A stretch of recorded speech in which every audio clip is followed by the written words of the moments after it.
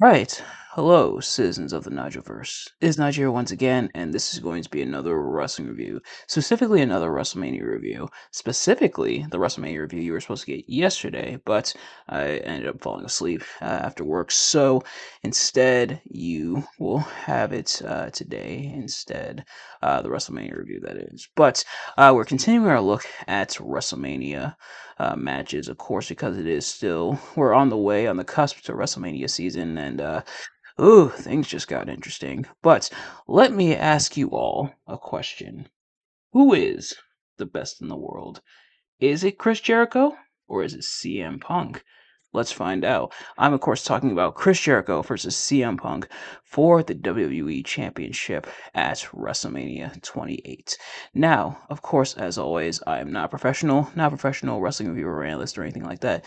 Just a man who enjoys a good time. And I had a really good time watching this match. This match was a lot of fun. A match that some may even feel should have been in the main event over Cena versus The Rock. This was once in a lifetime.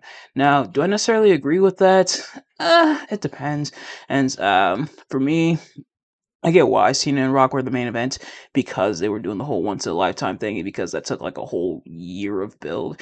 Well, then they in a way kind of wasted a WrestleMania on the build in WrestleMania 27, among other things, to be upset at that WrestleMania over. Now, do I think the main event of WrestleMania 29 should have been involving CM Punk in that triple threat we were supposed to get? I do. I've talked about it previously. I think when I reviewed Rock versus Cena at WrestleMania 29, or it might have been when I reviewed CM Punk versus The Rock at Royal Rumble 2013, or I might have mentioned it in both. But nevertheless, without further ado, let's get right into this one. Now, if you've seen these reviews of mine before, you kind of already know how this works, or at least you have an idea of how this works. Uh, if you haven't, I'm going to be talking about what I liked and disliked about the match, as well as kind of how we got here. So, how did we get here? Well, Chris Jericho had came back at this point in time. Chris Jericho was back. He was back from one of his many hiatuses that he took while touring with his band Fozzy that he would have, especially around this time. But Jericho was back into the fold, and he came back with the light up jacket. And he talked about how the end of the world as we know it was pretty much here. And I will give Jericho this. Say what you want about Jericho. He is the master of reinvention. No matter what it is, it feels like Jericho always finds a way to reinvent himself and to try to find new ways to reinvent his character to keep it feeling fresh. Now, not all of these reinventions have worked, and of course, reinvention doesn't happen overnight. But Jericho, I think, has reinvented himself so many times throughout the years. It's actually very impressive. Whether it was the Jericho Holics, whether it was Y2J, whether it was him showing up in the suit and doing that very funny walk he did, whether it was the light up jacket here, whether it was the scarf, the list of Jericho, whether it was Painmaker, whether it was La Champion, whether it was the Inner Circle, Jericho Appreciation Society, whether even it was the Learning Tree, Jericho has always found a way to reinvent himself in one way or another, and this was no different. And someone who a lot of people felt should have won the Royal Rumble that year in 2012, even though it ended up going to Sheamus because, as apparently they felt it would be too predictable. Like that stopped them before or since, but in this case, it definitely stopped them. But Jericho then won a 10-man battle royal on the February 10th, I believe, episode of Raw. Want to make sure I got it right. Yes, the February 20th, I should say, February 20th episode of Raw. Jericho won a 10-man battle royal. He was in the Elimination Chamber earlier in the year, but he unfortunately that one was won by CM Punk as he retained the WWE Championship. And it's worth mentioning this is CM Punk's second WWE Championship reign, the 434-day WWE Championship reign that he is known and beloved for. And this is when he was in the midst of this. He was still relatively early in his reign, all things considered. It began back in Survivor Series, and it was kind of coasting along. Or I guess we're kind of in, we're like easing toward the midpoint of the reign in a way. But so CM Punk was there as the WWE champion, and Jericho was challenging him. And from there, this feud became almost kind of two feuds in one, like two feuds that you could do separately, kind of wrapped up into one. The first aspect was that Jericho had called CM Punk a Jericho clone, saying that CM Punk was going around calling himself the best in the world, which he really especially started doing when he was doing the whole like character change when he turned heel in 2008.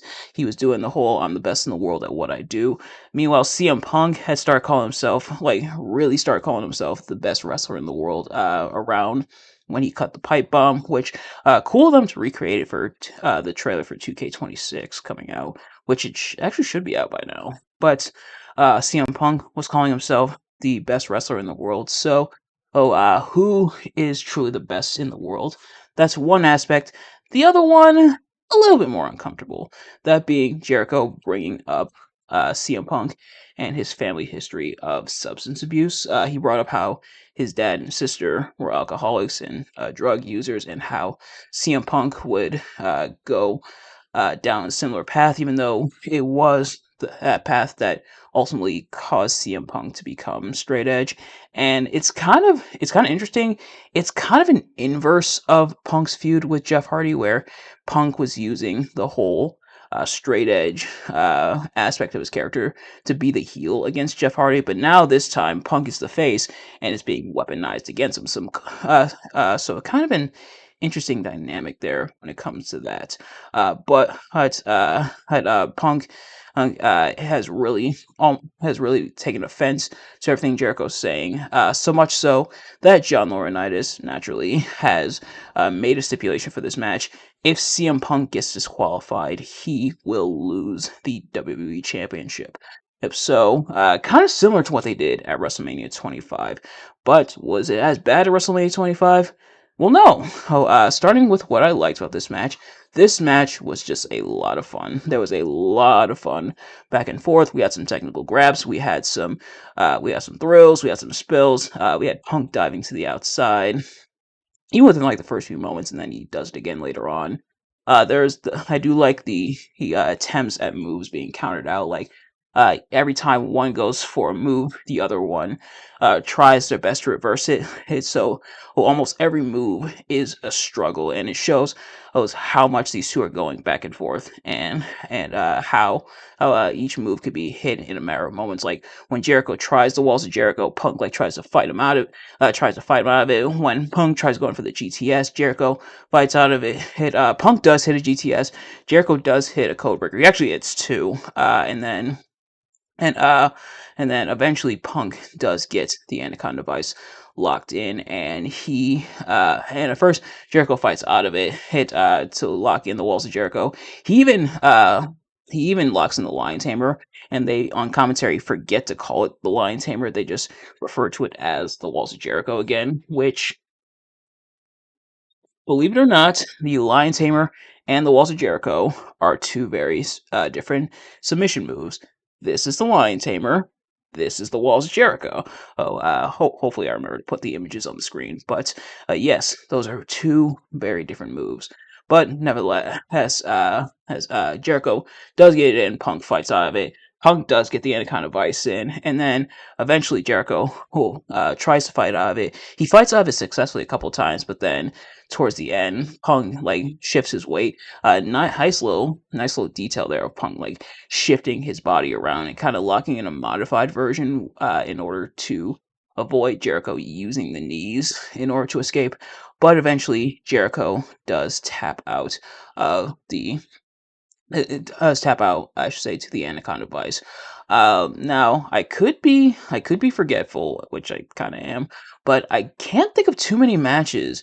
Like, I can't think of another match off the top of my head where Punk actually won off the Anaconda Vice. I know he has won off the Anaconda Vice before. I'm sure he has, but off the top of my head, I can't think of another match where he's won off of the Anaconda Vice.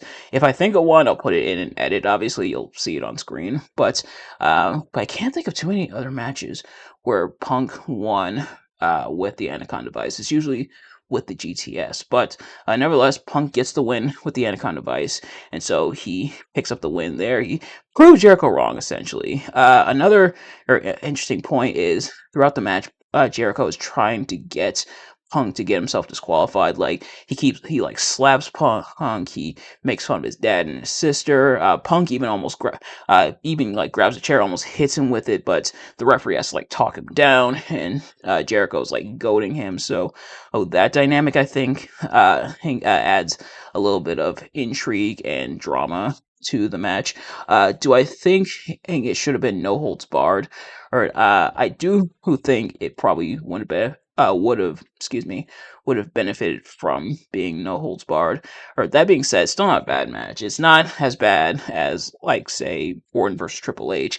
They were still able to in a way within this match they were kind of able to have their cake and eat it too in a way. But I think them having a no holds barred match, I think, would have been a lot cooler. And it seems I'd be proven right in that assessment because they would have a rematch the next month at Extreme Rules. They would continue the feud from here.